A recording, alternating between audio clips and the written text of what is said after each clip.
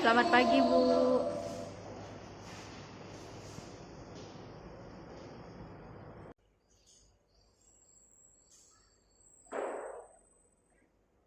Baiklah, sebelum kita mulai pembelajaran hari ini, mari kita berdoa dulu kepada Khadijah. Silakan berdoa.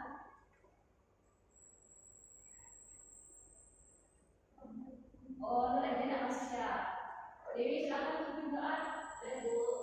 Baiklah, sebelum mulai pembelajaran hari ini, mari kita berdoa dalam hati. Dalam hati mulai. Selesai. Ucapkan salam. Assalamualaikum warahmatullahi wabarakatuh. Waalaikumsalam.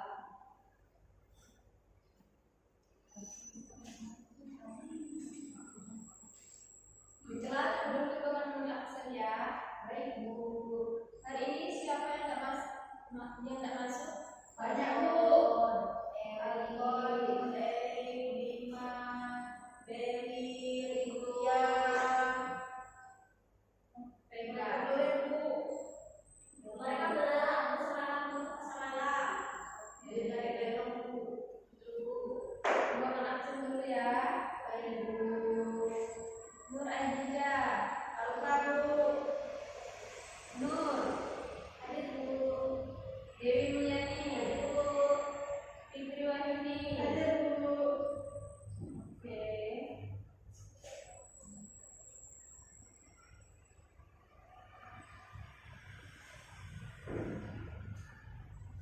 Tadi sebelum ke sekolah langsung sarapan? Belum, Bu. Kenapa belum? Nggak sempat, Bu. Telat. Lain kali kalau ke sekolah sarapan dulu ya, biar semangat belajarnya. Ya, Bu. Bapak dari rumah masak, Bu. Ada yang ingat enggak pembelajaran kita minggu kemarin? Minggu kemarin sudah masuk, Bu. Fiksi dan non-fiksi, Bu. Oke, terima kasih adik-adik ya. Jadi minggu kemarin kita belajar mengenai fiksi dan non-fiksi. Nah, sekarang kita belajar mengenai teks negosiasi. Baiklah, sebelum kita mulai pembelajaran, di sini aku akan membaca tujuan pembelajaran. Nah, jadi tujuan pembelajaran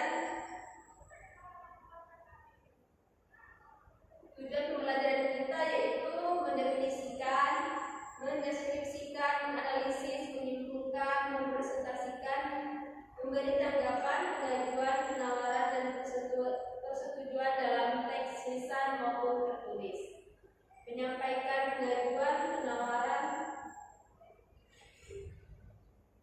dalam teks negosiasi secara lisan. Nah, yang pertama kita akan membahas mengenai teks negosiasi. Ada yang tahu apa yang dimaksud dengan teks negosiasi? Iya, Bu. Oke, baiklah. Di sini Ibu sudah menentukan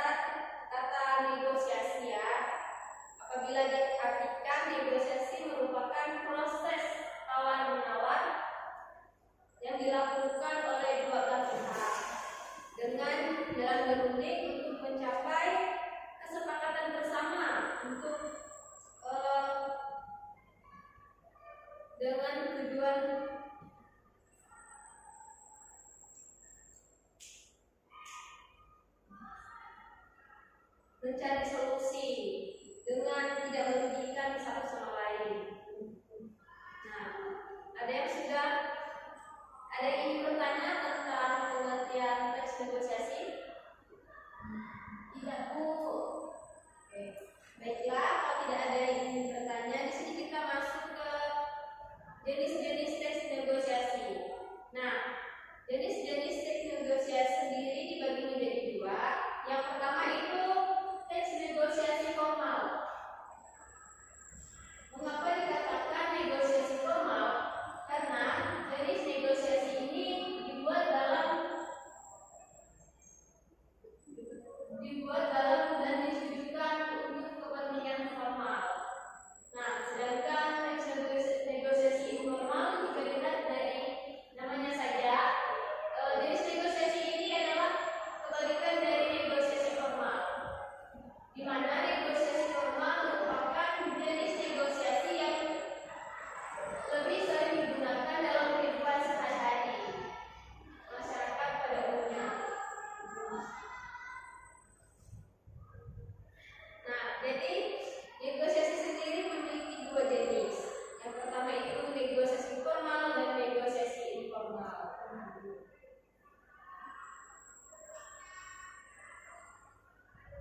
Terus kita akan masuk ke ciri-ciri teks negosiasi.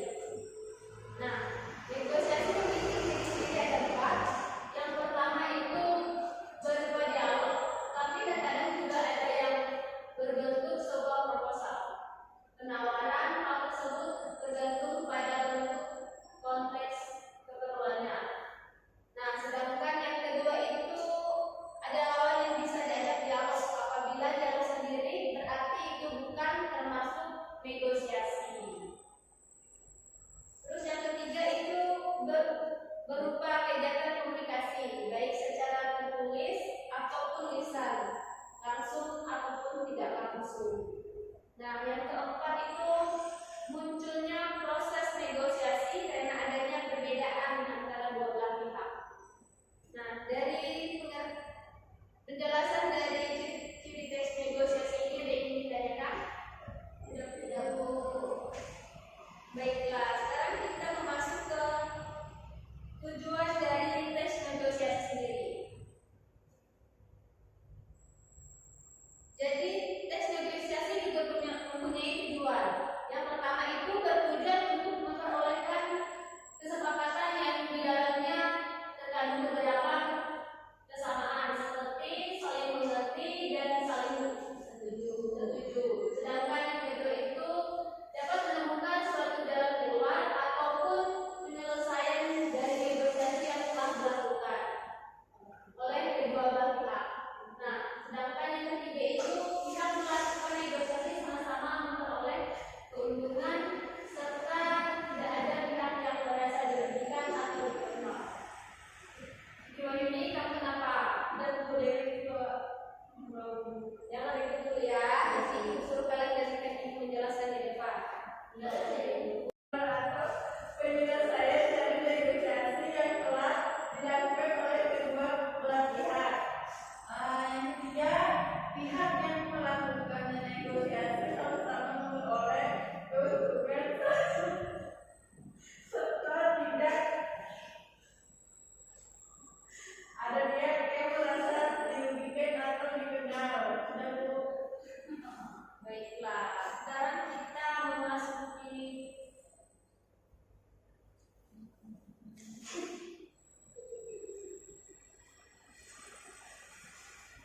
tujuan habis itu kaidah bahasa. Nah, teks negosiasi sendiri juga memiliki kaidah bahasa. Yang pertama itu ada kalimat atau ungkapan yang bersifat membujuk atau persuasif.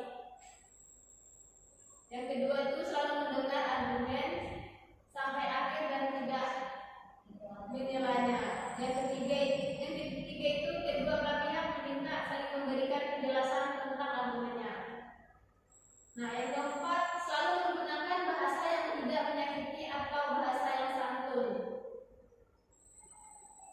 Jadi kaidah bahasa dalam negosiasi itu menggunakan bahasa yang santun ya.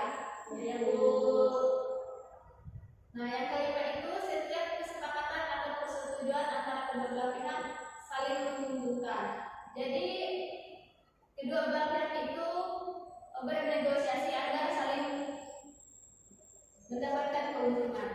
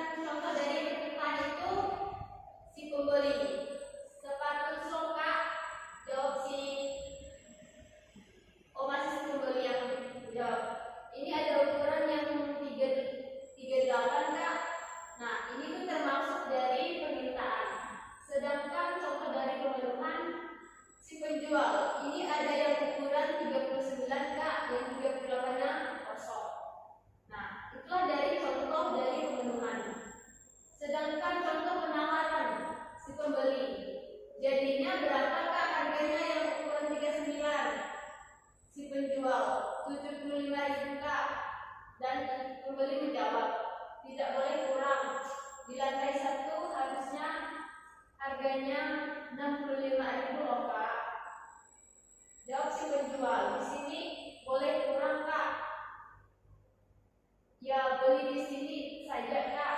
Si pembeli boleh 50 Kak. Dan jawab penjual, wah kalau ini belum boleh Kak, naik sedikit Kak.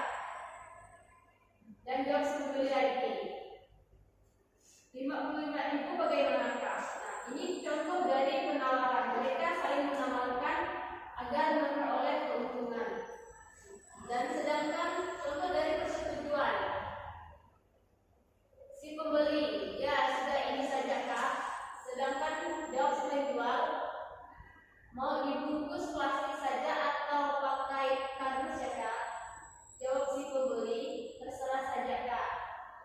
Sambil menyerahkan uang 55.000. Nah ini tuh contoh dari persetujuan. Habis mereka menawarkan harga, jadi mereka sudah menemukan persetujuan bahwa harga yang disetujui yaitu 55.000 rupiah.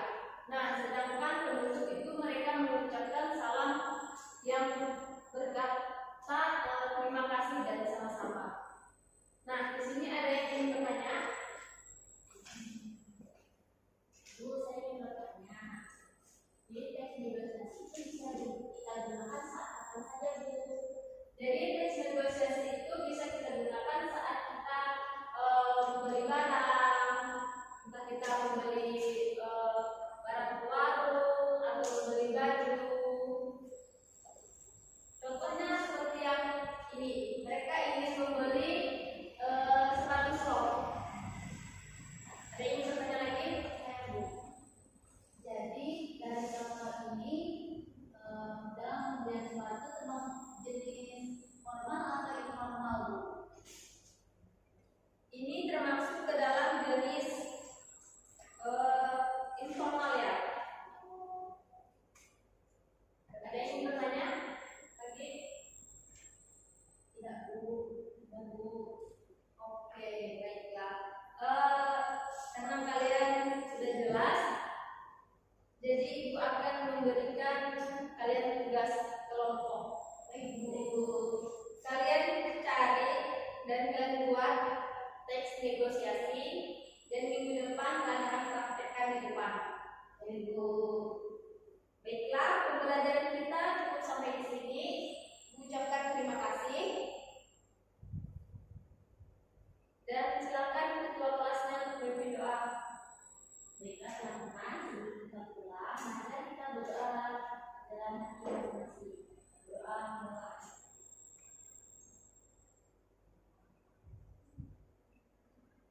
Berdoa selesai. Memberi salam. Terima kasih Bu. Baiklah, tugasnya jangan lupa kerjakan ya. Baik Bu. Minggu depan langsung Ibu suruh praktek. Baik Bu. Berarti satu kelompok terdiri 2 anggota ya Bu? Ya.